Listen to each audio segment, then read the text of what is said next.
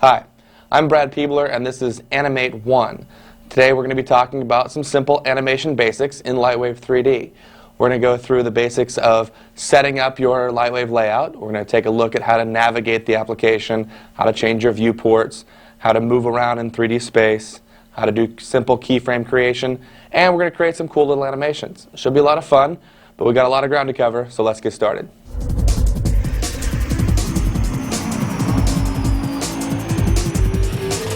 The first thing we need to talk about is the concept of 3D space and how we define that inside of the computer. Obviously, if you look around you, we live inside of a 3D world. Well, in order to tell the computer where things are, we define things in 3D coordinates, which we refer to as X, Y, and Z space. If you just think of your own self, X is to the right and left of you. So if you put your arms out this way, X goes right through your arms. LightWave is what we call a Y-up application, which means the Y-axis goes up and down. And then Z is the Z distance, which goes off into the distance, forward and backwards. Okay? Then there's also rotation axes, which we call heading, pitch, and bank. Let's go ahead and take a look inside of LightWave so we can get a better grasp on X, Y, Z space and heading, pitch, and bank rotation. The first thing we're going to do is go ahead and make sure our configurations are the same. So let's go ahead and go to our display options. We'll go to the display tab, and we'll go over to the display options button. You can also just hit the D key on your keyboard. That will bring up the display options. Make sure you have your setup the same way I do. We'll have a bounding box threshold of about 500,000. That makes sure we can see things in real time all the time. We're going to have show handles turned on. And then make sure you have your OpenGL lights turned up to 3. This just means we'll be able to see 3 lights in real time at the same time. We may not need this, but it's a good thing to have that set up that direction anyway. Okay, so if we're all set, let's go ahead and close that. And we're going to go ahead and load an object. So use the Items, Add, Load Object. You can also use the plus key on your keyboard. We're going to go into our Vehicles directory. And there's an object here called Small Plane. Let's open that file. And you'll see our object is now loaded into 3D space. Now if we zoom in on that object a little bit, you can see at the center of it, there's actually a little handle axis. This is what we turned on when we had activated show handles. And this is what allows us to move the object. Now in LightWave, there are a couple ways to move an item in 3D space. One of the things I just did moments ago was to zoom in, and I used that little zoom icon up here on the top of our window viewport. And to do that, you click on the magnifying glass and you can drag left and right, and that'll help you zoom the viewport. Now if we want to move our object in 3D space, as I mentioned, X is along the wings here, as if you had your arms outstretched. X is right and left. So if we grab our little X handle here, the red handle, click and drag, you can see that moves the object right and left.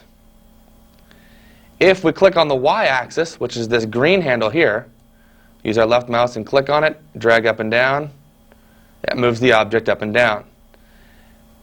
If we click on the blue axis, which is in the front here, and click on that, it slides it directly forward and backwards. Now in LightWave 3D, you actually have other ways to control the object. You don't have to click directly on those handles. You can actually click anywhere in the viewport and control it. However, how does it know where to go, whether X, Y, or Z? Well, the way we handle that is by using the right and left buttons concurrently. So what we'll do here is we'll go ahead and go back to our interface, and you'll see if I click on the screen, I'm not going to click on this handle here. I'm just going to click anywhere on the LightWave interface. Okay, so we'll just go over here and click with my left mouse button. Now if I drag right and left, you see that moves the airplane right and left. If I push my mouse forward and backwards, you see that moves it on the Z-axis. Okay. Now you see it's actually giving me some freedom, so if I drag in a circle, I can actually click and drag the item on Z and X at the same time. Okay, so this is a good way if I just want to move it quickly over to the side, I can do that, or back. If you want to be more precise and only move it on the X, you can still use your little handle there, and that locks it on that axis. Now if I want to move it on the Y-axis, you can see here with the the left mouse button down, I'm only moving on X and Z. If I want to move it on the Y, I use my right mouse key, click and drag, and you see that moves exactly on the Y-axis. Okay, so that gives us a nice way to move the item on X, Z, and Y. Okay? Now this can actually take a little bit of getting used to, so go ahead and pause me here for a couple seconds and take some time to just move this object around. It's kind of fun anyway. Just fly it around, get used to moving that in 3D space because you're going to be doing this all the time. Okay, if you've unpaused me, that means you're ready to move on. So let's go ahead and talk about rotations. All right, now before we rotate the item, I'm going to show you how to rotate the viewport. If you look up here on the top of our view pane again, you'll see there's a little rotation widget up in the top right-hand corner. If I click and drag on that, it tumbles the viewport around. You can see again, right here in the top right-hand corner, click, drag, and that rotates the viewport. That allows me to get different vantage points on my item. Just to the left of that is a move controller, which allows me to move the viewport around. Move. Sounds like a cow moving it around there. All right, now if I right mouse click on that, that allows me to move the viewport up and down. And again, this is going to be happening in viewport space. So as I move the mouse to the right, my view is actually moving left. So that, again, is going to take a little bit of getting used to. But think of it as you're not moving the object. You're actually moving the view around the object. Okay, so we're in view space right now. All right, so that's how we rotate, move, and zoom the viewports. So now we're rotated around here. We can see the object from sort of the side and front. We're going to talk about rotating the object itself and not the viewport. So over here on the Tools items, you'll see under Items tab, the Tools listing, we have Move selected, and that's why we're able to move the airplane around in that 3D space. If we want to rotate that object, we go to the Rotate option. All right, cleverly labeled Rotate. Now you'll see our little handles have changed. If we zoom in here, you can see they've changed from the little grabby XYZ handles to rotation discs. Okay, you can see a green rotation disc, a red rotation disc, and a blue rotation disc. There are 3 rotations in LightWave. There's heading, pitch, and bank. Think of it this way. Heading is which way you're heading. Okay, so as I move my body this way, that's changing my heading. Pitch is defined by as if you were pitching the nose of an airplane, or like think of the pitch of a roof. And then bank is your bank this way. All right, let's go ahead and take a look. If you think of this in terms of flight, you can see that if I click on my red handle, it changes which direction the airplane is heading. And that means I'm using heading, of course. If I want to bank the airplane, I use the blue disc here, and you see that rotates around that axis. That's changing the bank. So we can bank into a curve, as pilots would say. And then if we want to change the pitch of the nose, we use the pitch controller. Again, all coming from flight directions, heading, pitch, and bank. Now, I'm using the handles just like I did on the move item, but I can also use the mouse as I did before. So we're going to move away from the handles and use the left mouse key to click, drag to the right and left adjust heading, forward and back with the left mouse key adjust pitch. If I rotate the mouse in a circle, you can see it's going to heading and pitch at the same time. Now if I want to bank, I'll use my right mouse key, and that gives the alternate rotation of bank. So again, for move, left mouse key is X and Z, right mouse key is Y.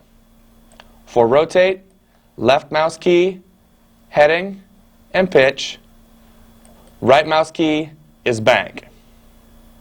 So as you can see, if you want to just freeform move the object or rotate the object, you can click anywhere on the viewport. If you want specific control, you can click on the handles. Now I showed you how to change the viewport views by using the little widgets up in the top right-hand corner. You can also control the viewport without going up to those little widgets by using keyboard equivalents. Let me show you that really quickly, because that's actually how I use the viewport controls all the time. Rather than going up to this little rotate widget here and clicking on it to move the viewport or rotate the viewport, I can go anywhere on the viewport here, hold down the Alt key on the keyboard, and now with the left mouse key, you can see I can tumble that viewport around. All right, this is a real time saver. It seems like a little thing to not have to go all the way up here, but if you're working on your object, you're rotating it, and then you want to see it from a different view angle, you just hold down your Alt key and rotate that around. If you want to zoom, you can hold down the Control and Alt at the same time. So I'm holding down Control and Alt and left clicking and dragging in and out. Okay? If you hold down Alt and Shift, you can move the viewport around. So Alt for tumbling, Alt-Control for zooming and Alt-Shift for moving the viewport. That saves you from having to click on these little widgets here. So as you're working, you move it around, you want to zoom in, you want to tumble it a little bit and move it. You can do that all without ever having to move your mouse all the way up here to the top of the viewport. Okay, now we want to talk about are the different viewport options. As you can see here, we've been working in the perspective viewport, and if we click on that, you'll see there are several different display options. Now to show you some of these, what we're going to do is we're going to change this viewport into a multi-view orientation. So I'm going to go back to my display options. Again, I can go to the Display tab, click on Display Options, or simply hit the D key on the keyboard. You'll see at the top here it says Viewport Layout.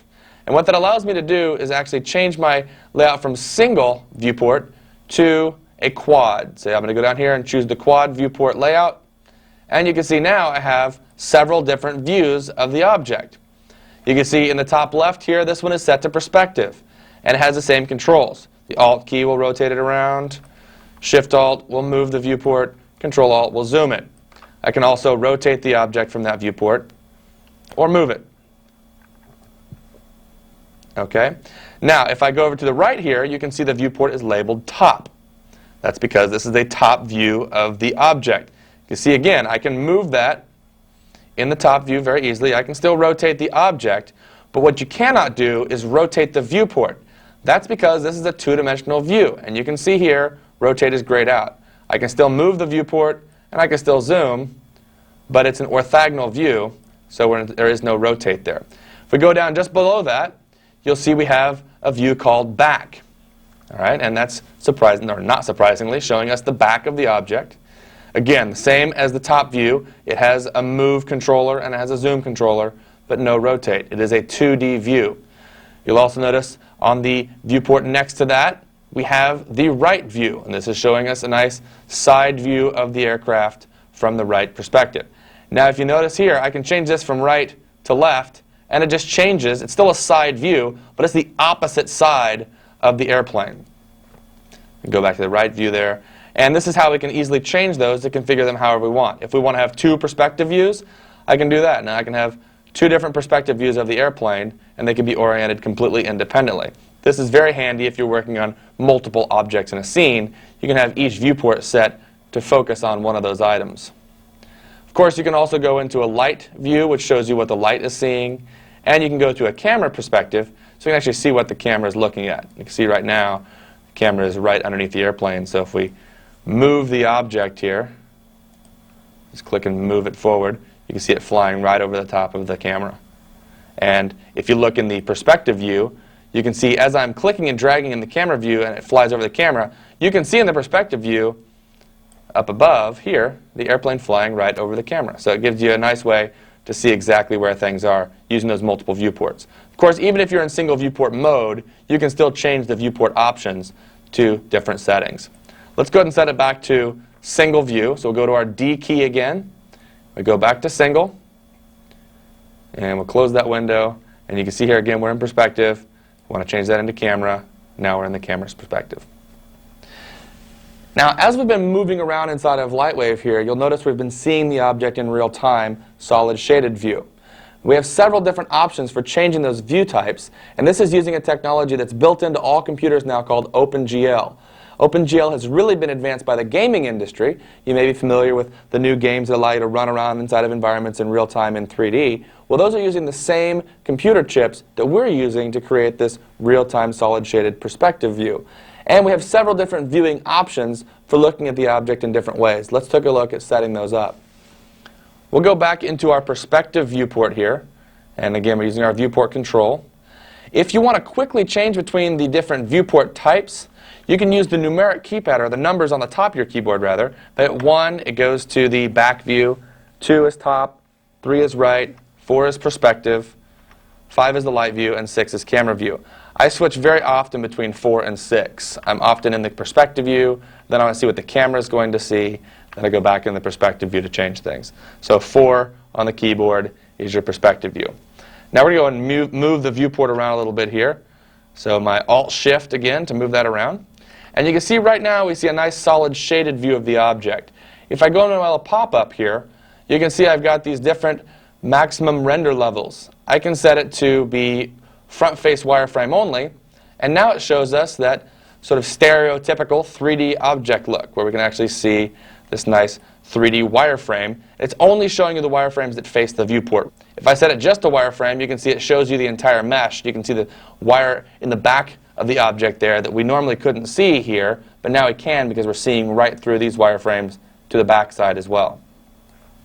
We can do a vertices only mode, and that shows us the object points only. So these are just the points that get connected to create those polygons that make up the object.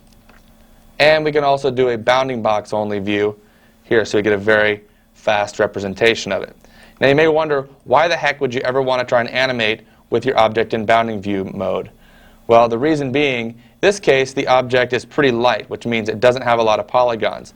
Sometimes you'll get to the point where you're working with objects that have hundreds of thousands or maybe even millions of polygons. And today, the hardware inside of computers is not fast enough to keep up and move those things around for you at a reasonable rate in the solid shaded mode. So at that point, you can reduce the complexity of calculations for the computer by setting the render level inside of your viewport down to maybe points only or a bounding box mode so that you can move it around very, very rapidly. Okay, some other options we have in here. You've actually got a center current item option, which keeps that object in the center of the viewport at all times. You'll notice when I activated that, in the top right hand here, this little widget turned on. Looks like a little sight and a target, and a scope and a rifle. That means it's centered the viewport on this object at all times. If I move the object, you see I'm moving the object in 3D space. You can see it moving by the camera there. But the viewport stays locked onto that object 100%. And if I try and move the viewport, you'll notice the move item or move viewport widget is grayed out.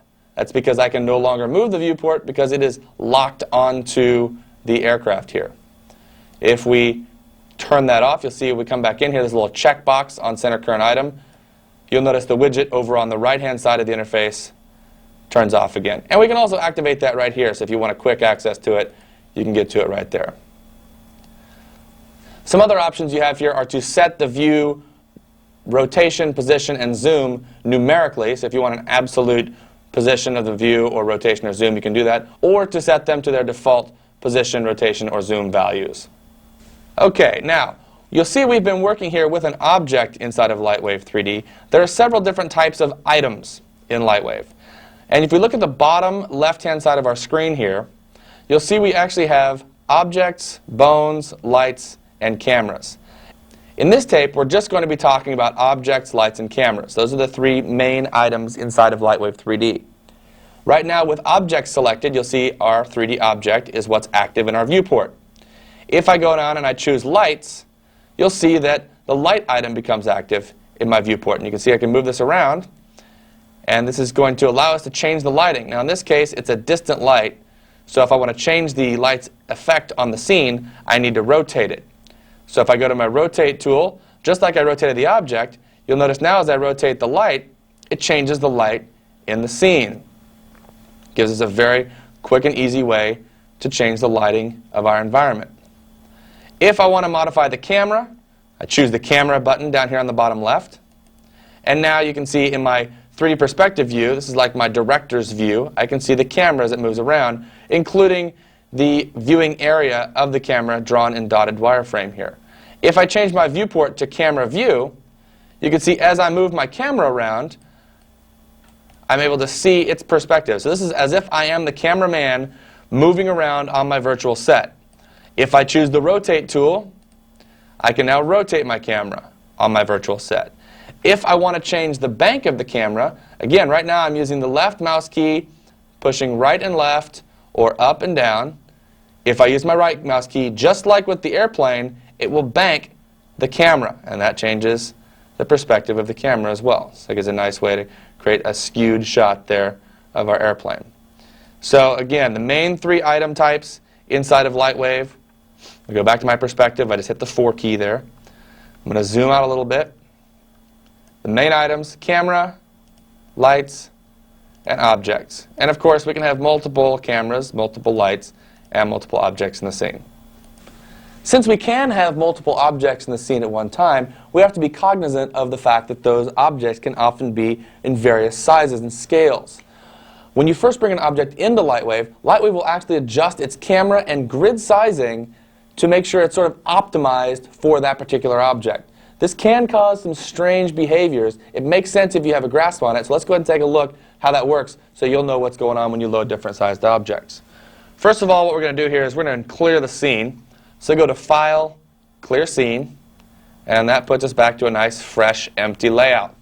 Now let's go ahead and go to Load Object here. So go Add, Load Object, or once again using the plus key on your keyboard if you like. We're going to go up into the Many Things directory. And Aristo Menes, our in-house artist, has created some cool little objects for us. So we're going to go into the Animals directory inside of the Freak directory. So again, we're in Many Things, Freak, Animals, and let's load up the rat. Okay, now you'll notice that when I loaded the rat, the viewport changed a little bit. The camera has moved in, the grid size has changed. If we look down at the bottom left-hand side of the window here, you can see we have a little listing that says Grid. And that grid size, I can zoom it up here for you a little bit, that grid size is set at 1/2 meter. By default, this is at 1 meter. But when I loaded that rat object, LightWave automatically changed it to be 1/2 meter. Why is that? Well, this is a small object, and so LightWave adjusted so that you would be more comfortable working on that object with this scale. Also, if we go into the camera's perspective, you'll notice that the camera has a nice view of the object, fits that in there so that it fits nice perspective inside the camera's viewport there. Let's go ahead and go back to our perspective view. I hit the 4 key on the keyboard, and I'm going to go ahead and clear my scene. What I've done here is I'm using my Control-Shift button on the keyboard, and that brings up a contextual menu. I like to use this because it gives me a quick and easy way to get to some of the options. So I'm going to go to Clear Scene right there. Boom. Say yes. That clears it out. Now, I'm going to use the plus key on my keyboard for Load Object. And now instead of loading the rat, we're going to back out here, and I'm going to go under People, and we're going to load the drone. Okay, so LightWave is going to load. This one has some images. Now you notice that at this time, the viewport didn't change. That's because this character fits nicely in the 1 meter scaled grid. And we can actually see down here in the bottom of our screen, this nice little 1 meter grid has stayed the same. Whereas with the rat, LightWave automatically updated it to be 1/2 meter. But if we go into our camera's perspective, using the 6 key on the keyboard, you'll notice this guy has the same head space and bottom space and side space that the rat did.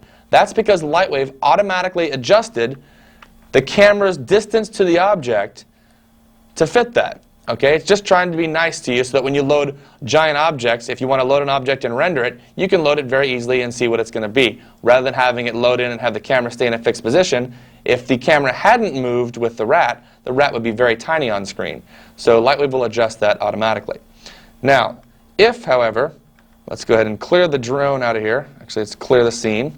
So Control-Shift, Clear Scene. We're going to go ahead and go back to Load using the plus key. I'm going to go out and load the rat first. And we'll go into our camera view here.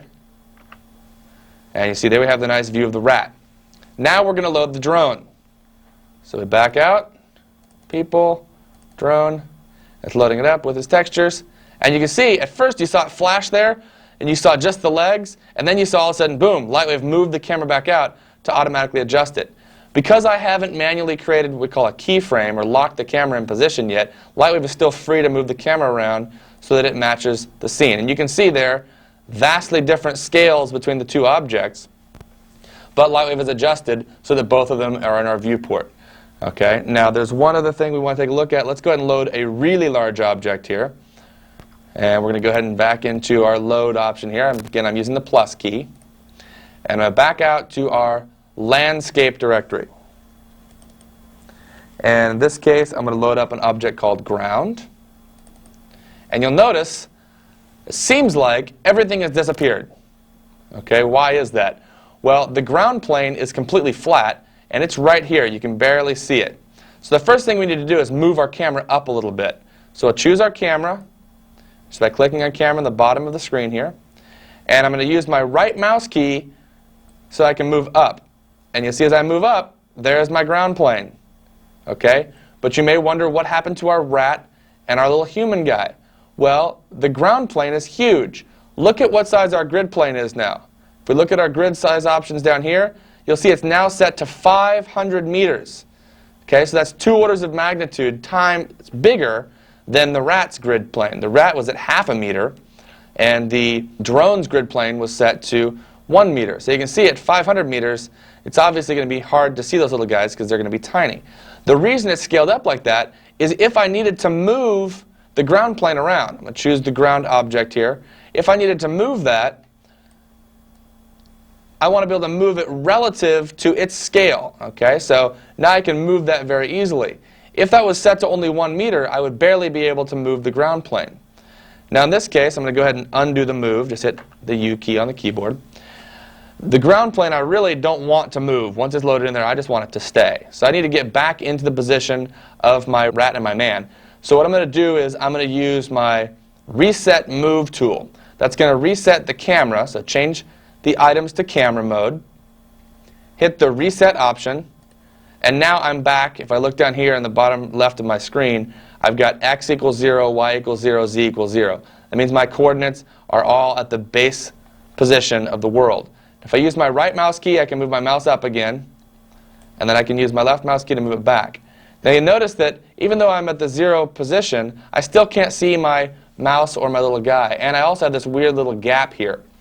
That's because the grid plane is so huge that the calculation to draw this in real time, there's not enough accuracy. So what we need to do is change our grid size. We can do that by using our Display tab, Display Options, and here's our grid square size right there in the middle. We can change this to, say, 1 meter. And if we close that, you can see, if we look very carefully, there's a little guy there and a little rat there. If we look down here on the bottom left of our screen, you can see that even though I barely moved my mouse when I was moving the camera, because the grid side was so huge at 500 meters, I actually moved it 32 meters on the y-axis and 135 meters back on the z-axis. And so that's why our little guy here looks tiny. Well, now that I've changed my grid size to 1 meter, let's go ahead and reset the camera. Now the camera's back to 0, 0, 0. So if I use my right mouse key and move it up, and then my left mouse key to move it backwards, you can see I'm moving it relative to these objects much more nicely. So now I can position that according to those guys. Now you might say, why would you ever want to have the grid size that huge when, if you're loading something large like the ground plane, you don't want to move the ground anyway. You load it in and you're done. Well, imagine if you're working on a space scene where you actually have to place planets, and those planets might be 50 kilometers across. You wouldn't want to be moving a 50-kilometer object 10 meters every time you drag the mouse this far. It would take you half a day just to move the mouse far enough to get that planet moved across. So you can change your grid size. You can scale up the grid size very large for your large items, move the object around, and then scale it back down for working with the smaller objects. Okay, let's go ahead and go back to layout here. And now that we've got a grasp on the changing the grid, rather than having to do it in the Display Options panel, I'm going to show you the keyboard equivalent, which is the bracket open and bracket closed. If I do the bracket closed, it makes the grid size larger. If I do it open, it makes the grid size smaller. And you can see the grid plane changing on the LightWave layout there, as it's making the grid sizes larger and or smaller. Very important concept for navigating with the objects inside of layout. Now you may have noticed when I reset the camera's position, you can kind of see part of the rat's tail, and it looked like it was clipped off. That's called a clipping plane, and what happens is when the camera gets too close to an object, it starts to just erode it away. Let me show you what that looks like inside of OpenGL here. If we go ahead and move my camera forward till I get close to the object, you'll see it actually starts to disappear, and we can see through it. Okay, same goes for our little rat guy. If we come down here, you can see as we get too close to him, he starts to disappear. You can see we see right through the object. All right, that's what we call an OpenGL clipping plane, and we can account for that by changing the grid size. If I decrease the grid size, you can see I can get closer to the object before it starts to erode away. Now I can get really close in there. It'll still happen, but it'll happen once I get really tight. And again, I can reduce the grid size some more, and then I can get really close. This is just an accuracy thing in the ability for the real-time display to be able to show the objects different scales, it has to have a point at which you get to the camera, it's going to clip it off. By changing the near clip distance, which is this distance that I get towards the camera, it's also then decreasing the resolution in the distance. So if I had objects really far off in the background, and I made it so I could get really close to an object, I wouldn't be able to see all the way back to the back end. So if you can imagine a zone in which the real-time 3D view can see, it only has a certain width. And as you get closer to objects, they get clipped off on the foreground plane. As you get further away from objects, they get clipped off in the background plane. There's that sweet spot in the middle where you can actually see things. And by changing the grid scale, you actually change the shortest distance to the camera, but you're also then moving that away from items in the background. So just remember, if you're working and you change the size of your grid and something disappears, it doesn't necessarily mean that that object is actually gone from your scene. It just means that your real-time view can no longer show that to you accurately.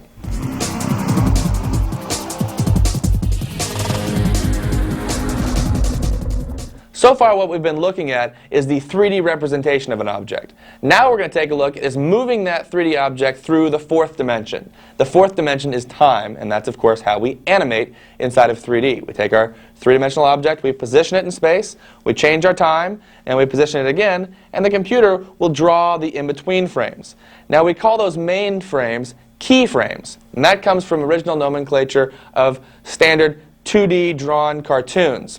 And what happened was they had their very high-end, talented, well-paid keyframe artists would draw the most important poses for the character. So if you had a character that needed to go from this position to this position, the key artist would draw this first frame, and the key artist would draw the final frame. And then they send that to their tween artists that draw the in-betweens, and they know they need to draw however many poses it takes to get from one time step to the next. And that's where we come up with the terms keyframing and tweens. Now luckily, the computer is going to be our tween artist for us, so all we have to do is determine those key times in space to set our object, and then the computer or LightWave will generate all of the tweens. Let's take a look at how we do that inside of LightWave 3D. Okay, what you can see here is a very simple little animation, but something that a lot of people want to do is create a bouncing ball, and this is going to show us how to do several different things inside of LightWave. Not just creating keyframes, but also modifying those keyframes with what we call spline controls. So you can see the Earth sort of bouncing up and down there. Yahoo! All right, let's take a look at how we actually create that. The first thing we want to do is bring in the Earth. So we use our plus key, and we're going into the space directory and choose the object called Graphic Earth. There she is. All right, now we're going to go to our camera's perspective, again, choosing that in the viewport control up here, or using the number 6 on your keyboard.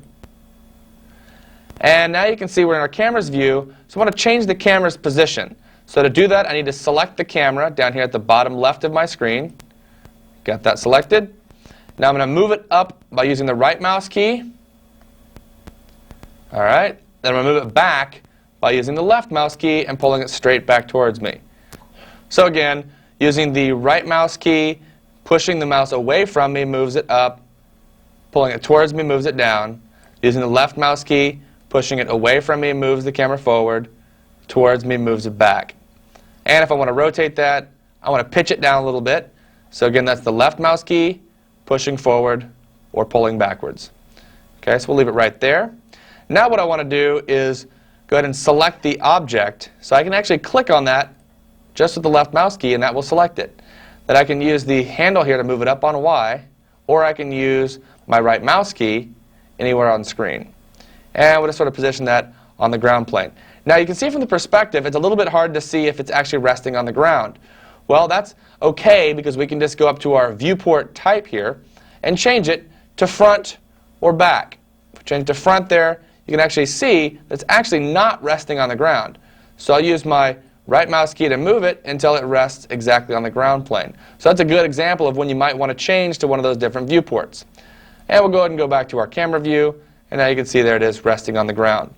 Now what we want it to do is to bounce up and down. So the first thing we're going to do is actually, I want the bounce to happen at about frame 10, which is 1/3 of a second. In NTSC video, which is what we're working on here, you're actually 30 frames per second. If you're in PAL video, it's 25 frames per second. If you're film, it's 24 frames per second. But since we're in 30 frames per second time right now, we're going to go ahead and create a key for the object right at this position at frame 10. So I've got my time slider here, and you can see I can drag this around. If I create a key for it right there, I've got a button right in the middle of the screen here called Create Key, in the bottom middle here. Click on that, and it brings up a requester that says, create a key at frame 10 for selected items, and it gives me all the different channels, position, rotation, and scale. We'll say OK, and now I have a keyframe created at frame 10. If I move my mouse back to 0, you'll see there's still no motion because both keyframes have the same position. You'll also notice, though, on my time slider down here, I have a little tick. And that tick mark is right at frame 10 where my keyframe is created. So I've got one at frame 0 here and one at frame 10. Now if I want to animate, I go back to frame 0, and I'm going to use my right mouse key to move that up on the y-axis. Okay, so there it is. And now you can see if I move my time slider, the in-betweens are automatically filled in. So if I drag my slider back and forth, you can see it's moving the object downward. Now I want the object to bounce up back exactly to the original position. So if I go to frame 20, I can actually move this back up and position it there. And then I will create a key by using the Create Key option here on screen. And again, create key at frame 20 for selected items. Say OK, and now you can see it drops down and comes back up. Now you'll notice when it drops down, if I look at frame 10 here, these two little tick marks on the top. Let's go ahead and go to our perspective view so we can zoom in a little bit. And I'm going to use my right mouse key on the Move option here and just move the viewport up a little bit. And you can see there are two little plus marks. Those plus marks represent the keyframes we've created. This is the one at frame 0, and this is the one at frame 20. You can see that I didn't actually match them up perfectly.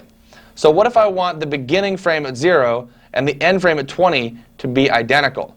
Well, I could sit here and fuss around by moving this around. Maybe I could change my viewport control so it was bounding box so I can actually see and move that. But a much easier way to work is to copy one keyframe to the next. And there's a very quick and easy way to do that manually. You'll notice when I hit the Create Key option here, it comes up and it says Create a Key at 0. I can actually change that right now and tell it to create a key at frame 20. Now what I've done is I've got the object positioned at frame 0, but I'm telling it to create the key at frame 20, which means it's going to take the position, rotation, and scale information of this 0 keyframe and stamp it down at keyframe 20. And now if we slide it back down, you can see those keyframes are matched up perfectly. We go back to our camera view by hitting the 6th key on the keyboard.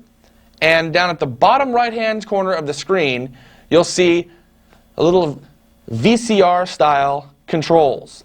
All right, if I push the play button, should recognize that from your VCR, you'll see it move the earth down and then back up. So we have the first loop of the bounce. And of course, you can see the time slider sliding on through time to frame 60. That's 2 full seconds of animation. Now, this playback, there's one adjustment I want to show you so you can make sure you're seeing your animation at the right time.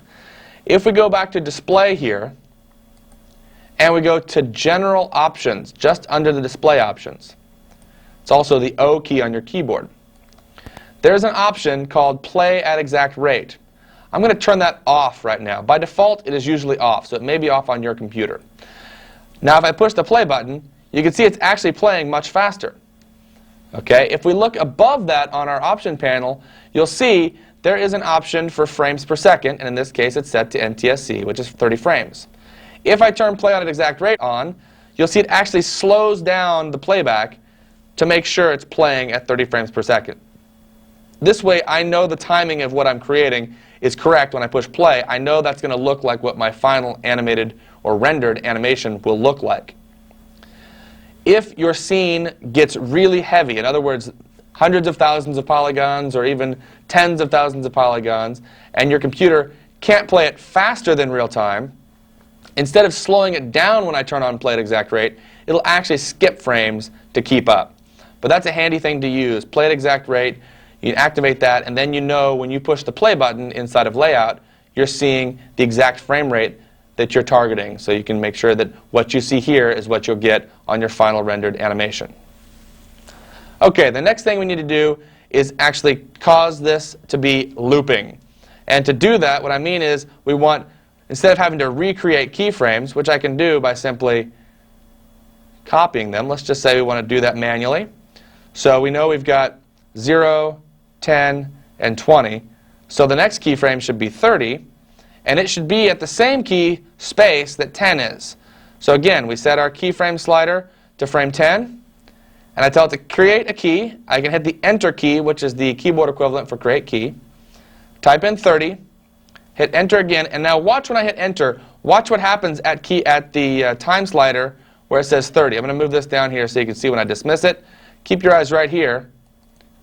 Little time tick jumps in there.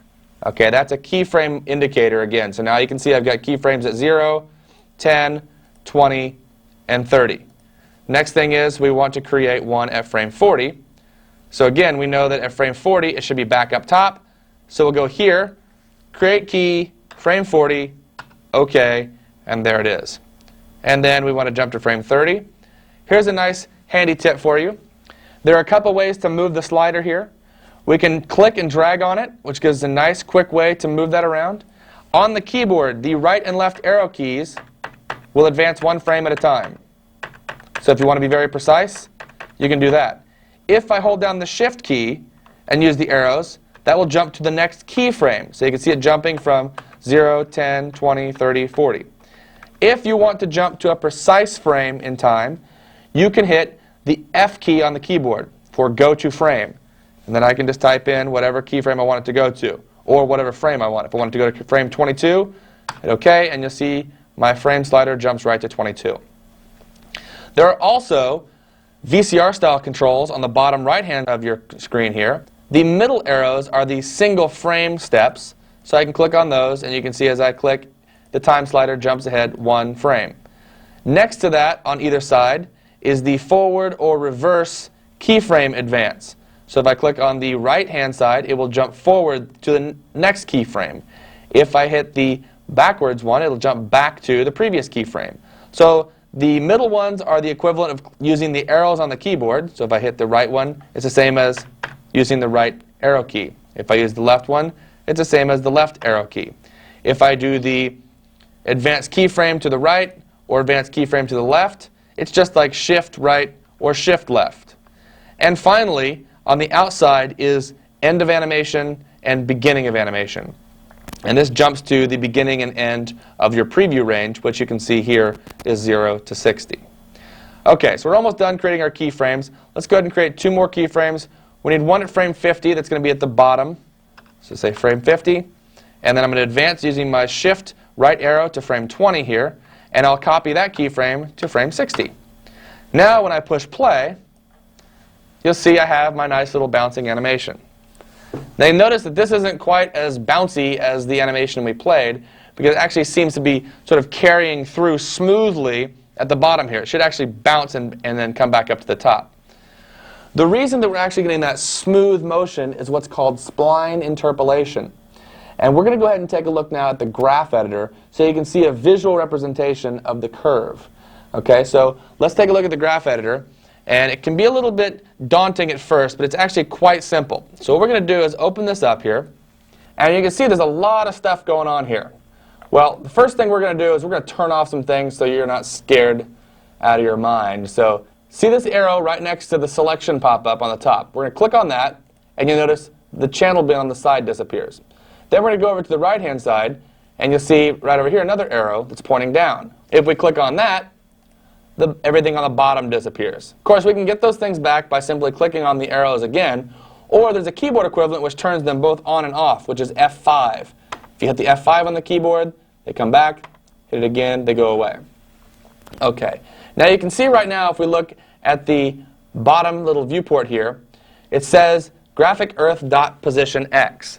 That means this red line you see here represents the X position over time. What we want to look at is the Y position because the object is moving up and down on the Y axis. So if I use my arrow key down, it'll step to the next channel, which is position Y. And you can see now this green curve represents, this is the position on Y here, on the left-hand side, and then this is the time that goes across the bottom.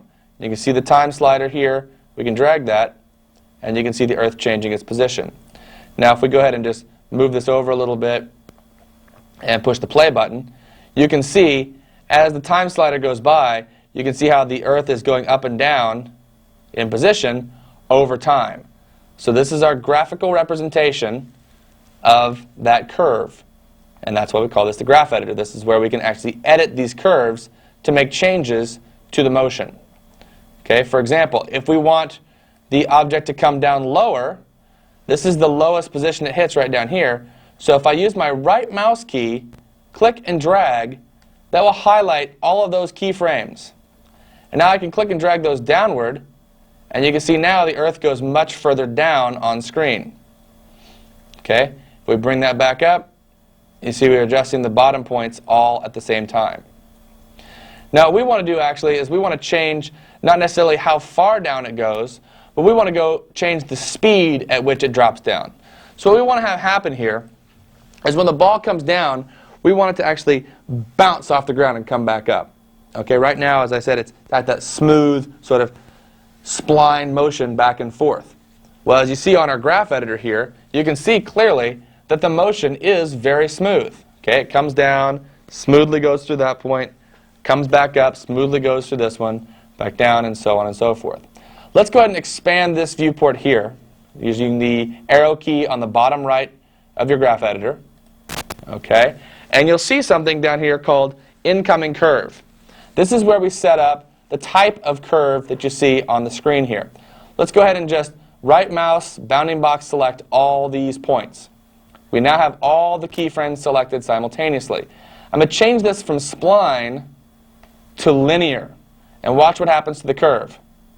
Now you can see it draws straight lines, or linear curves, from one point to the next. Okay? Now what do you suppose will happen to our motion?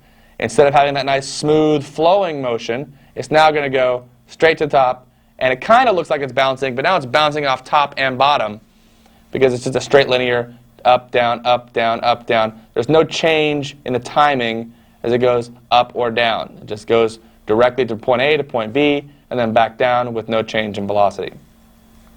Okay, so what we want to do is we want to have it be semi-flowing at the top, but then when it comes to the bottom, we want it to have more of that sharp snap effect, like it's bouncing. One other type we're going to look at here is stepped. And you can see step just holds the keyframe's value until it gets to the next keyframe and jumps up. Again, you can see here, not real useful for motions, but it would be very useful for things like blinking lights or panel controls. Let's go ahead and take a look at TCB here. TCB stands for tension, continuity, and bias. And that's going to allow us to change the function curve that goes through these points. All right, right now it gives this nice smooth flowing curve. Well, we can adjust these numbers to change that. So let's go ahead and move this over here so we can actually get just underneath the Earth ball bouncing there. And what I want to do is, first of all, you can see when it gets to the very end of the animation, if we look here and here, these two keyframes, as it flows through, they don't blend as well. So I'm going to use my right mouse key to select this keyframe here, hold down Shift, right mouse key to select this one as well, and I'm going to add tension, which is going to change the contour of the curve. So let's zoom in here on this end curve here, and watch as I change the tension control, what happens to the curve. You can see it's actually smoothing the curve out as I drag it to the left or right. Okay, as I drag it to the left, it becomes less smooth, and you'll notice if I leave that at -1, watch when it gets to the end of the animation, see how it pops, right? Pop, like that. If I change that to 1, you see now it's got the same smooth contour, and now the whole animation loops perfectly. Now what I want to do is I want to change the flow of the ball as it reaches the ground.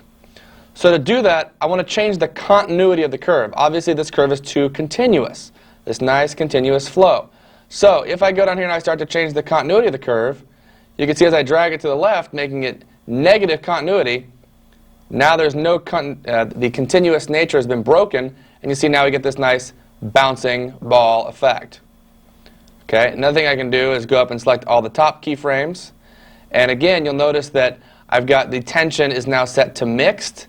That's because when I set the tension on the two curves on the outside here, 2 points, I didn't set these two. Now I can set them all together at one time. So I'll go ahead and set those all to a tension of 1. And now I can play with the bias control. Excuse me, I'll set the tension back down to 0.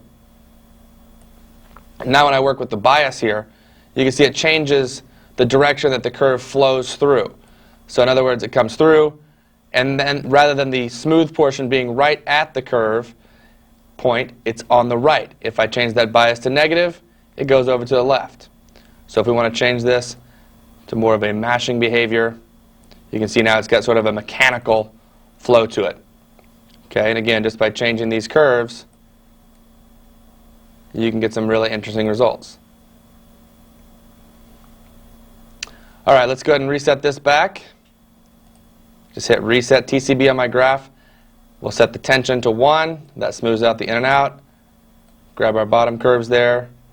And now if we want to change the curve to make it even more smooth, you see I've added a -1 on the tension on these points. So now I've got a -1 on tension and a -1 on the continuity. You see, so it comes in here very smoothly, but then it pops back out, and that gives it a much bouncier feeling. So we've got the nice light bouncing ball. If I decrease the tension to 0, you'll see now it moves a little bit more slowly on the bounce itself. And of course, you can decrease that all the way out, and that smooths it completely. Let's go ahead and go back to -1. So we have that nice, tight bouncing effect.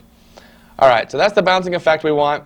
So the next thing we need to do is actually render the ball to create our animation. Now, you notice in our animation we showed you earlier, we had a nice ground plane and we had a light.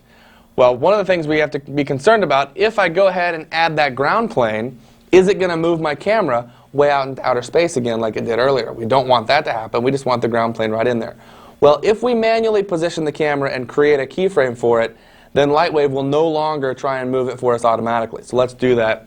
We've already moved the camera significantly, but now that we've got the animation going, you can see the camera's not at a very interesting angle. So let's go ahead and again go to keyframe 0. Use my right mouse key. Need to go to Items, change to Move, right mouse key to move it up, left mouse key to move it over, choose Rotate, and rotate that over and down, and now you can see you've got a nice little bouncy ball effect. All right, let's go ahead and make sure we've got a keyframe there. We'll go to Create Key and say OK, and that means we know that our camera is locked in there. So go to Objects Mode, hit the plus key, go back to our landscape directory, choose the ground. Now, you'll notice something crazy just happened. What is that? Where did our objects go? Did it move my camera? What the heck happened? No, this is the clipping plane problem. We're okay. Remember what I told you earlier, when you load a large object, it will often change the grid size. You'll notice our grid is now 500 meters.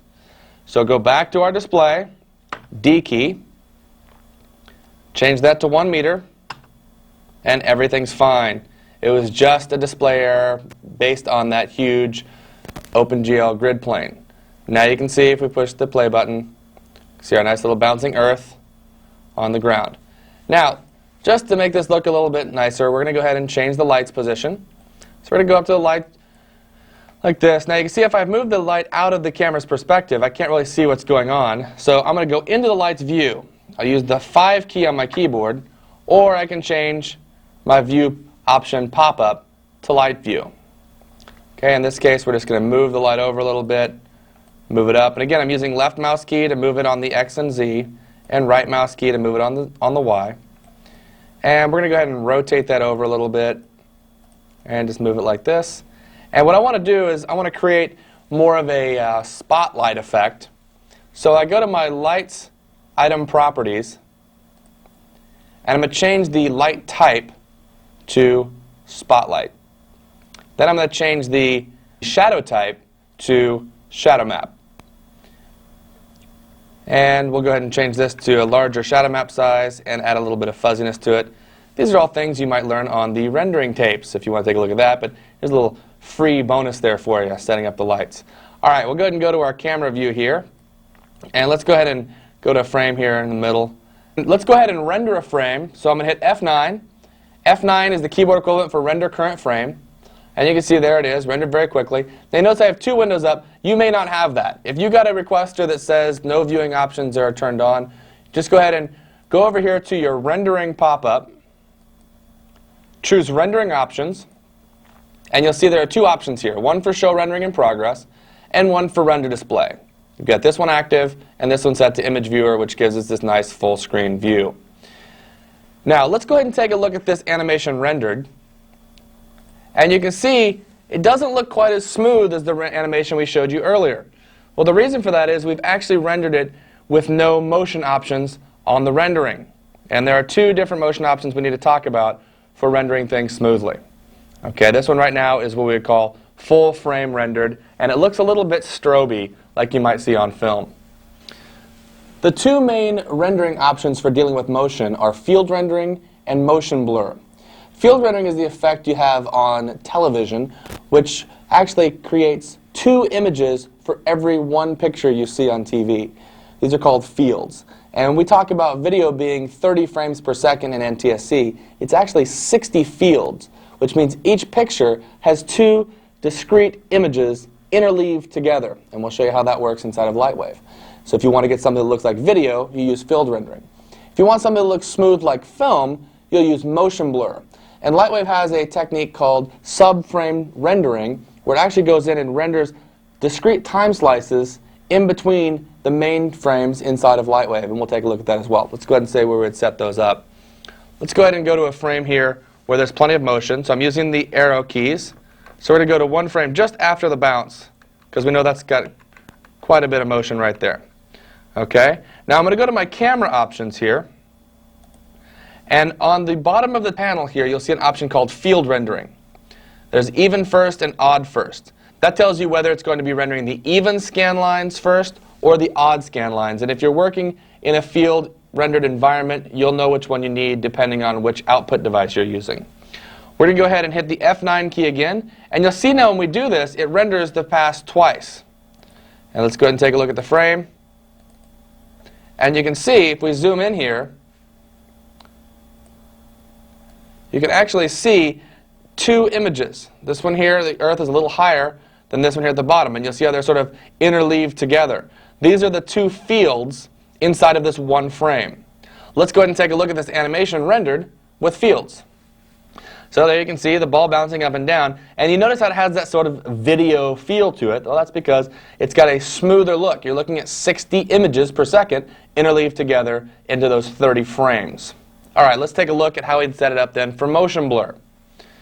Okay, we'll come back to the camera panel here, and we'll turn off field rendering. And this time we'll activate some anti-aliasing.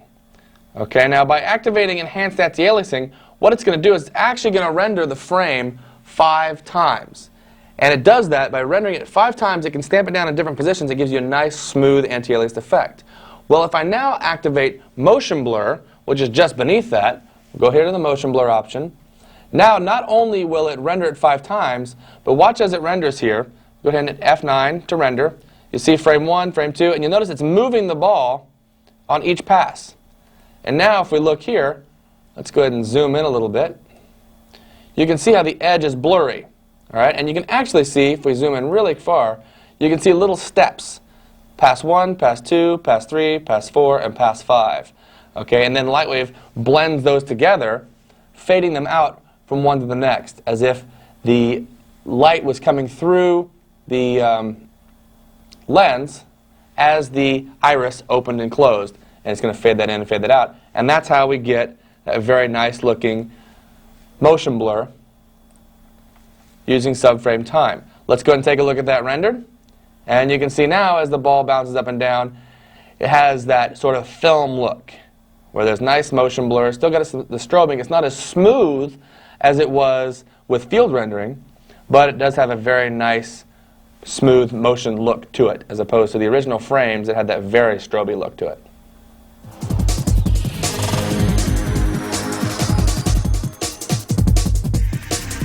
Okay, so now you have a basic understanding of working with the graph editor, creating keyframes, moving those keyframes around. Let's go ahead and take a look at some more advanced things like parenting options, pivot points, and scaling and shifting keyframes in time using the scene editor. All right, to do this, we're going to go ahead and start by creating a little logo animation. So let's go ahead and load up an object here. Go to your Load Objects. We're going to go ahead and go into a directory called Logos. And there's one in here called LightWave Logo. Let's just bring that in. Now what we want to do is we want to create a LightWave animation or a LightWave Logo animation where this guy comes spinning down. And let's go ahead and take a look at what we're going to create. Here you can see the logo comes spinning down, and you'll notice the spikes are spinning around it on a different axis. All right, but they're both moving together at the beginning, and then they end up in a rest position down at the bottom. Well, how do we do that? Let's take a look. And we can see that our object here, if I want to rotate it, if I go ahead and grab the object and I rotate it on its heading, you'll see everything rotates together. So how the heck am I going to get these spikes to rotate separately? Well, for that animation, what we have to do is separate these into a separate object. So I'll go to my Modeler button here. That'll bring us into Modeler with our object active. And let's go ahead and go back into Layout. Let's go ahead and hit the F12 key on our keyboard. And let's go ahead and hit the minus key and get rid of that object for right now. We don't want that in LightWave because we're actually going to create a new object. Hit F12 again, and we're back in Modeler. Now what we want to do is we want to just use our polygon select mode here at the bottom of our screen. It's kind of like items mode in Layout. And we're going to go ahead and just click and drag right over the top of these tips. And I'm not going to explain everything we're doing, but I'm going to have you follow along with me. If you want to learn more about modeling, you can get Modelers 1 and Modeler 2 tapes from Desktop Images as well. All right. What I've just done is I've used the closed bracket key, which is the select connected. So after you've painted over those little tips there, use the closed bracket key, and that selects all the polygons that are used to create those tips.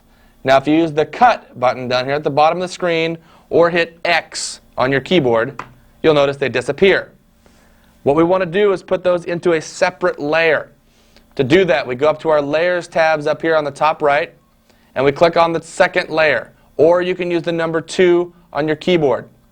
Now we're going to hit the Paste button, which is the V key, as in Victor. We hit that, and boom. Now you can see I've got my spikes in the background, or the second layer rather, and my logo in the foreground layer. So what we're going to do here is we're going to save this as a new object. So we go over to our File pop-up.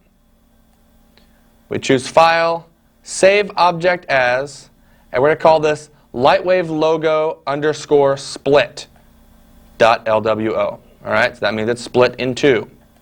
And we'll save that onto our disk. And now I'm going to go up to my little pop-up here in Modeler, and I'm going to tell it to send object to layout. So when I use that option, it sends the object, and now I'm inside of layout there. Okay. Now the first thing we're going to talk about is parenting. All right. You can see now instead of having only one object, we have two inside of layout. We've got the first object, which is our main spiral of the logo, and we have the second object, which is the spines. And you'll notice if I go and move that, I can now move those spines independent of the main logo. Let's go ahead and reset those back to 0. And we'll choose the first portion of the logo. Now if I move that, you see I can move it independently of the spines. Well, you'll notice in the animation we showed you earlier, both of these came tumbling to the ground or tumbling down out of the sky at the same time. So I don't want to have to go creating the same keyframes for both objects just because I want them to follow along. So this is when we use parenting. So we're going to go ahead and reset the position of our logo there. And what we want is for the spines to be parented to the main logo. Let's go to the scene editor. And you'll see the scene editor up here up at the top left of your screen. Click on that. And now we have the LightWave Logo Split unnamed layer. That's the first layer. And LightWave Logo Split layer number 2. What I want to do is click on the second layer and drag it up until the yellow line gets shorter. You see as I drag it up, how it changes size? When it's shorter, that means it's parented to the one above it. So it's now its child. And you see now, if you've dragged it properly, you'll notice it's sort of indented over a little bit. And the top layer now has this little collapse widget where I can hide the child. Okay, so that means it's underneath or parented to the base. If I choose the first logo now by selecting it inside the scene editor, and we close the scene editor, you can see now when I move that object, the spines move with it. All right? Wherever the parent goes, the child must follow. All right, and that helps us to create keyframes for the parent and have the child follow along, but then the child can also have its own keyframes as well. And we're going to go ahead and take a look at that here in just a sec. Let's go ahead and reset this back to 0 here. There we go. Now, the next thing we need to talk about is pivot points. Pivot points is the axis around which the object will rotate. And so far, we haven't even had to think about that. Earlier, when we were looking and playing around with the airplane, we were able to rotate it, and it seemed to rotate very naturally around the center of gravity of the object. Well, there is no real center of gravity on these 3D objects. There's just the pivot point. In that case, luckily, the artist was friendly enough to put the pivot point of rotation at the center of the gravity point for that plane. If we take a look here at our logo, you'll see the spines here. We'll go to the second layer. We're going to choose Rotate. And you see where the handle is?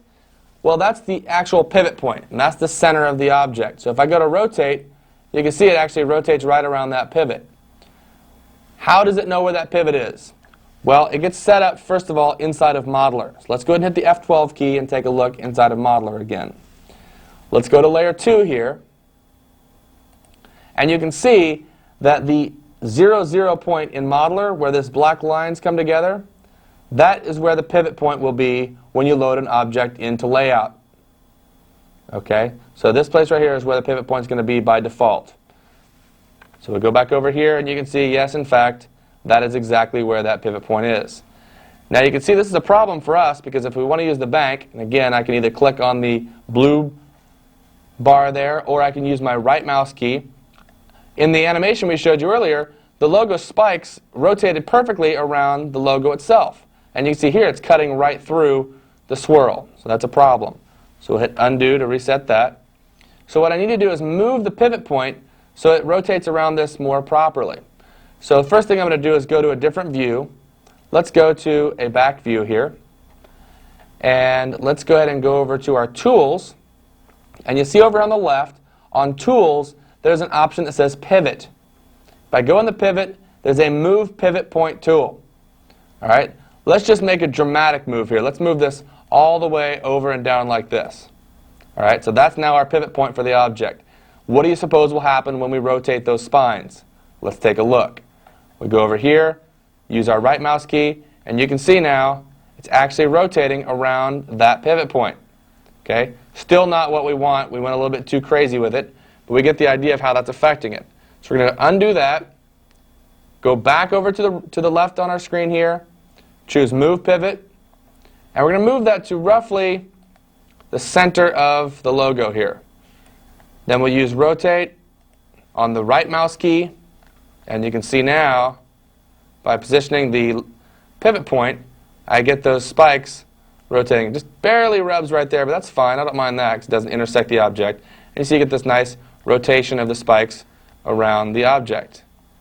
All right, so pivot points are very important. Okay, let's go ahead and reset the rotation. So now we have, if we go back to our perspective view here, now we have the parent-child relationship set up. So if I go and I rotate the master object, the parent rotates with it. And we have the pivot point of the child set up so that it's going to rotate properly as well.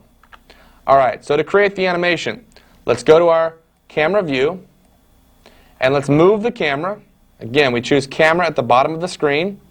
Or what I like to do is use Shift-C on the keyboard. If you want to select the camera, you can use Shift-C. Shifting objects is Shift-O. Shifting lights is Shift-L. All right, so if you just want to use keyboard equivalents, which I do very often, those are your quick keys. So I've got the camera selected, right mouse key to move it up, so I can see it sort of on the ground plane there. Now I want to select the logo. So left click on the logo there, and I want to move it up in space. So I go to my move option over on the left, which is also the T on your keyboard. So I can hit T, click on the little axis there, and drag it right up out of space. Okay. Now what I want is I want a 4-second animation. So right now I know, as we discussed earlier, I'm working in NTSC video, which is 30 frames per second. 30 frames times 4 seconds is 120 frames. Boom. So I just typed into my end preview range here 120, and now my time slider goes from 0 to 120, so those 4 seconds. So what I want is at frame 60, I want the logo to come back down almost the middle of the screen, just a little bit overshooting. And we'll create a key there. Again, we create a key by hitting the Enter key. And again, if I push play, you can see we now have the motion path of the object coming down. Okay. Now the next thing I want to do is I actually want it to come back up a little bit further. So it goes down, and then we're going to move it back up a little bit so it has a little bit of a dramatic overshoot. And now you'll notice it drops down and then slides back up. Now you notice that when it gets to that final position, that final resting position, it kind of stops abruptly. Okay, well, we can adjust the spline curve to change that. If we go to frame 80 here, again, how do we adjust our spline curve? In the graph editor. Graph editor is right up here at top left. Click on graph editor, and here we have it.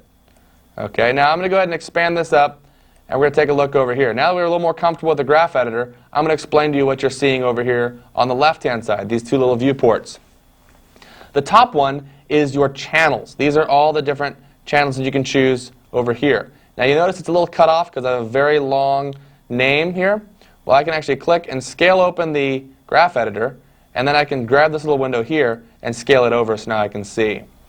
All right, now I want to change the timing for all of these curves. In this case, Y is the one that moves the most.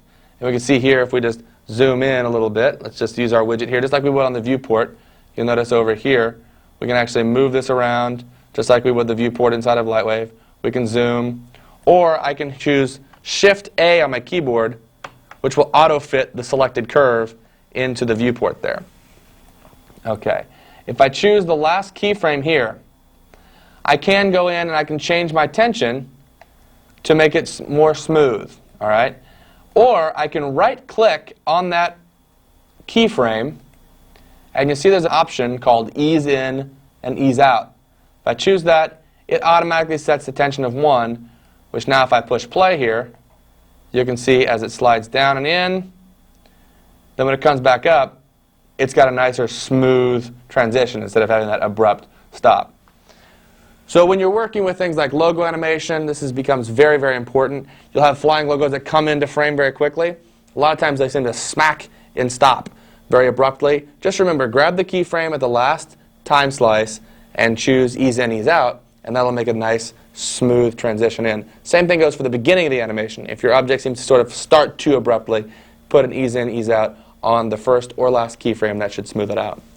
If you have multiple channels moving at once, in this case, we're only moving the object on the y-axis. However, if we have an item that has all axes in motion, I can come over here to my channel bin, and let's go ahead and broaden this up a little bit. You can see all 9 channels that we have. These are the basic channels you find in LightWave. XYZ position, HPB rotation, which we've spoken about, and XYZ scale, which is how you size or stretch an object. We're going to go ahead and hold down the Shift key and choose the bottom channel, and that selects all the channels at the same time. Then if we come over into our Graph Edit window, hit the A key, that auto-fits everybody at the same time.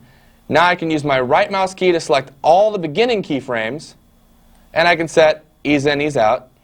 And you see how it changed the curve here. Use my right mouse key to select the last keyframes for all channels, Ease In, Ease Out. And now I've got a nice tension on the beginning and end of the animation on all channels. Okay, the next thing I want it to do is I want the logo to be spinning around in 3D space as it drops. So what I know is I want it to, when it gets to this position, I want it to have rotated around 360 degrees. All right, so here we go, 360 degrees, there's our rotation. And maybe I actually want it to be a little bit tilted like that. Let's just go like that, nice dramatic, shiny look. Now, what you would expect to have happen is you've set 2 keyframes, for the or 3 keyframes for the motion rather. You set one at the top, one down low, and then one back in the middle. Now, you've only set 1 rotation keyframe, so you would expect that at the very beginning your rotation was at default, and now you've set 360 degrees. So you expect it to fall 360 degrees throughout that animation. However, let's take a look at what happens. You may be surprised at the result. You'll see the logo comes down, and it doesn't seem to be rotating very much, and then all of a sudden, it rotates a whole bunch. All right? This catches a lot of people off guard. Why the heck does it do that? Well, the reason it's doing that is because we did create keyframes for rotation earlier. when I created a keyframe for 60 for the position, look at the keyframe creation panel. You'll see that we actually created keys for position, rotation, and scale at 60. And if we open up the graph editor, all right, and here are the channels for it, we can look at rotation, pitch, and bank, and you can see clearly that they do have keyframes at frame 80, as well as at frame 60, and at frame 0. Okay, this is what we call locked channels. When you create keyframes, LightWave by default creates a keyframe for all the main channels: position, rotation, and scale.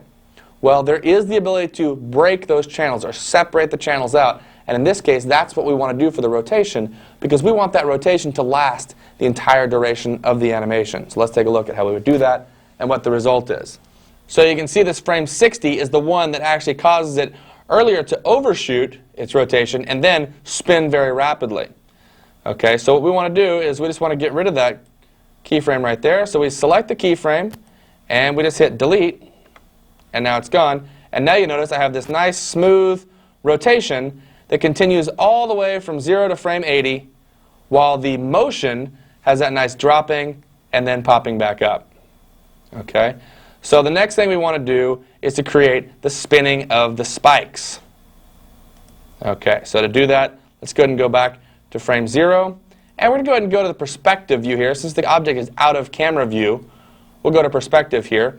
And you'll notice I can't see it. So rather than having to go and change the position of the perspective window all the time, I'm going to choose the center item option. Remember we talked about that earlier over here in the pop-up?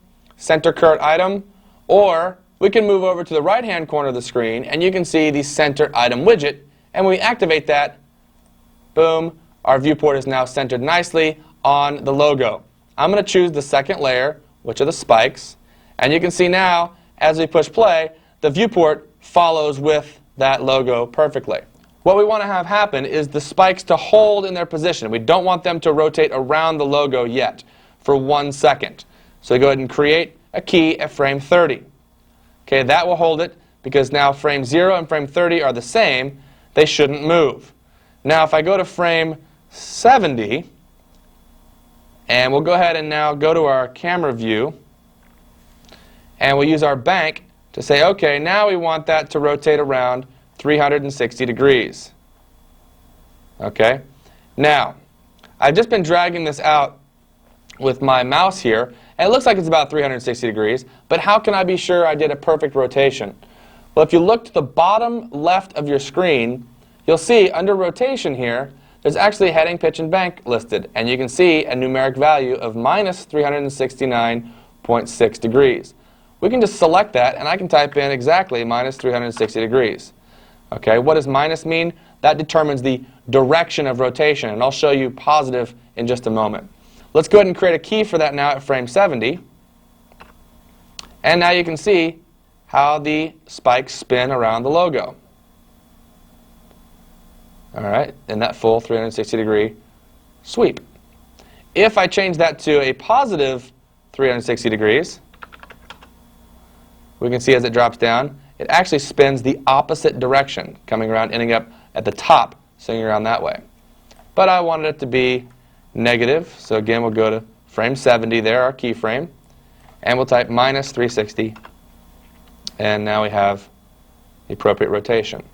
Okay, so now we can see the spikes swinging down and coming into place. All right, the timing's not quite right, and there's something else we'll notice if we go back to our perspective view.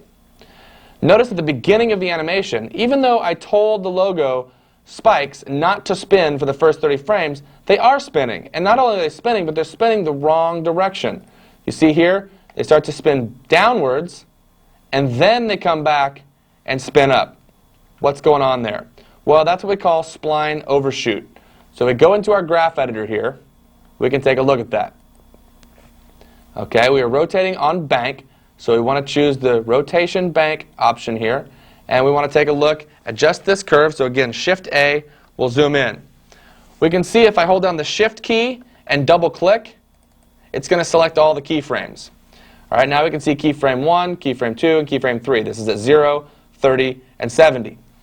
Now again, remember, spline curves are going to try and smooth out the distance between these 3 points. So in order for it to do that, it has to actually move upward before it can move back down through the second keyframe. And that's what created that little spline overshoot. If we just kind of zoom in here a little bit, zoom up, you can see how it's actually moving upward and moving back down. Well, how can we fix that? Pretty easily. We already have the technology. We've already learned what to do. We use our tension here. We add a tension of 1 to ease into that motion. Notice how as I change from tension of -1 to 1, it changes that curve pretty drastically. Here you can see a really bad overshoot at -1, and at 1 you can see it eases into the motion. Okay, and now if we go back to our logo here, you can see that in fact it is holding rock solid. So keep this in mind. A lot of times people will go in and start animating something and they want it to stand still for the first portion of an animation or in the middle section, so they use the standard copy a keyframe to a later frame value, but then they forget that the spline interpolation is going to move through those keyframes, causing some inadvertent motion. Just simply select both keyframes, add some tension, and that'll lock it right down. Okay, let's go back to our camera's view here, and we can see our logo coming down, and the spin happens, and then it stops. Now, one thing you'll notice is that it's a little strange. First of all, I've got the same problem I had with the logo earlier. The spikes come to an abrupt halt at that frame 70. Well, how do we fix that? Once again, simple, ease in and ease out. We choose the graph editor. The graph editor has my split layer 2 already loaded. I shift select all the channels. We use the right mouse bounding box select to select all the keyframes at the very end of the animation. And we right click on one of them and set ease in, ease out. That changes the contour of the curve. So now you've got this nice smooth rotation. And now you can see when it comes down, they come to a nice smooth rest. Now I'm not very happy with the timing of the spikes compared to the logo. So how can we adjust the timing? Well, because we normally have to deal with several different channels, we wouldn't necessarily want to go into the graph editor and have to change the timing of each individual graph. So I'm going to show you how you can adjust the motions of an item in block format in the scene editor. This is very handy. So we're going to come back over here to our scene editor, which is in the top left of our interface. We click on that, and you'll notice if we can scale the window here, you can just grab it by any corner. Let's just drag it down like this, make it more like the graph editor in shape. And we'll drag out the right-hand side as well. And we'll just move it up a little bit. Okay. Now you see we've got the ability to select the items over here on the left. But you'll notice on the right, there are these little lavender bars. And those little lavender bars represent the timing of the animation. And if I hit the plus button next to the LightWave logo here, you'll see that underneath it, it does show, just like the graph editor, it shows you all the channels, XYZ, HPB, and XYZ scale. You can see those underneath here. All right? If I move this top layer, you see it moves all the channels at the same time. So that's how I can adjust the timing. Right now, the animation starts at frame 0 and ends at frame 70. That's the animation for the spikes. However, the animation for the logo ends at frame 80. You can see the logo still moving until frame 80. So if I want the logo and the spikes to end at the same time, I can do one of two things. I can either click on the top view here on the edge and scale the motion. Okay, now it's going to take the same 80 frames to move across. And we can see that. If we push the play here, you'll notice that the spikes are already rotating down, and now they take the same timing. Or I can go in, and let's go ahead and stop our playback there. Let's scale this back down, let's say all the way down to frame 60. And then I can grab it in the middle here and drag the track over in time.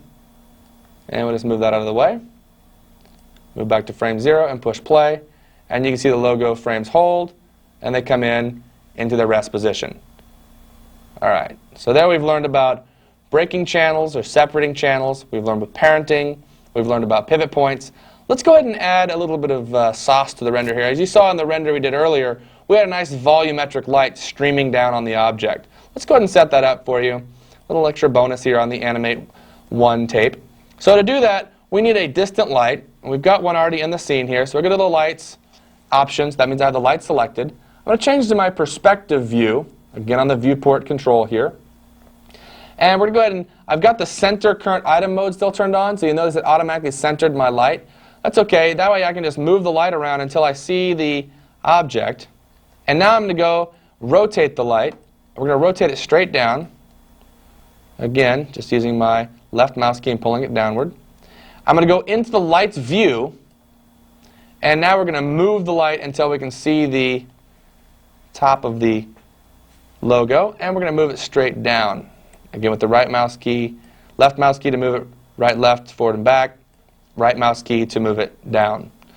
And you can see I'm on frame 92. The reason I did that is because I wanted to see where the logo was at the end.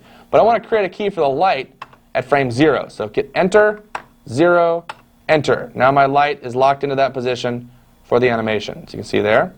Now if we go to our camera's view here, you can see you have the nice dramatic lighting.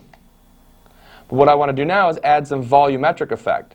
So I go to the light's properties, turn on volumetric lighting, and you can see a little line that came into the frame here. If we look over at the right a little bit, you see this little line.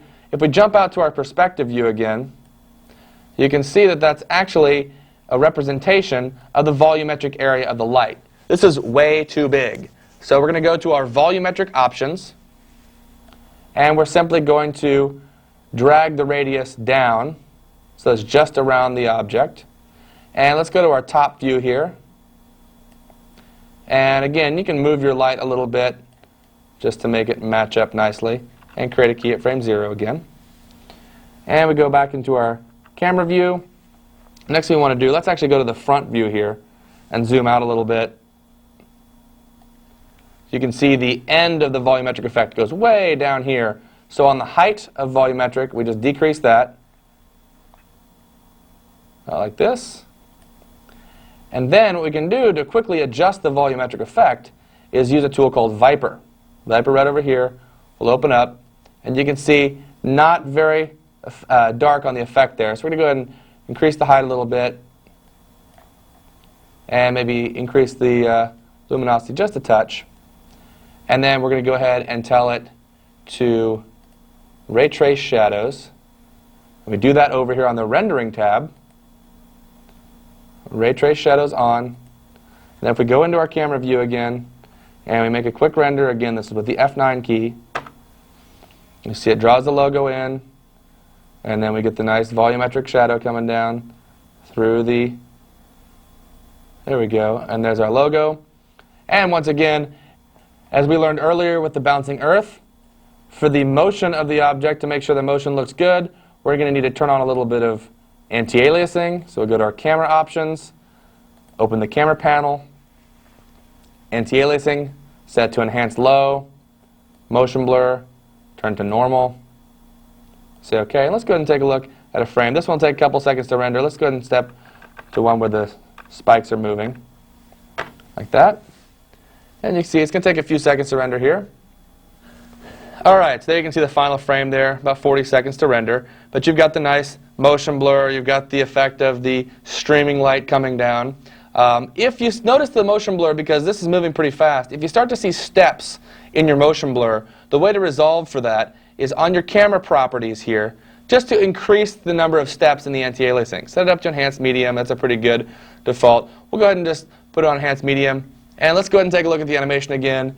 Here you can see the logo coming down, the volumetric lights affecting that. Again, remember the parenting here, taking into account so that it can keep the spikes along with the logo. And using the pivot point changes allowed us to rotate that around properly. We learned about breaking channels so that we could have the rotation happening at a different time frame than the position of the logo. And we also learned about shifting and scaling motions in the scene editor. So pretty good scene there for learning lots of different things. All right, so that wraps it up for Animate One. We've learned a lot about animation in LightWave, starting from the basics of 3D coordinate space, moving into the fourth dimension of time, creating keyframes. We learned about parenting. We learned about breaking channels, learned about using the graph editor, all kinds of great stuff there in Animate One. So Keep playing with it. I'm sure you'll find all kinds of new tools in LightWave 3D for animation. And of course, check out Animate 2 for more advanced animation techniques. Thanks a lot, and until next time, keep on rendering.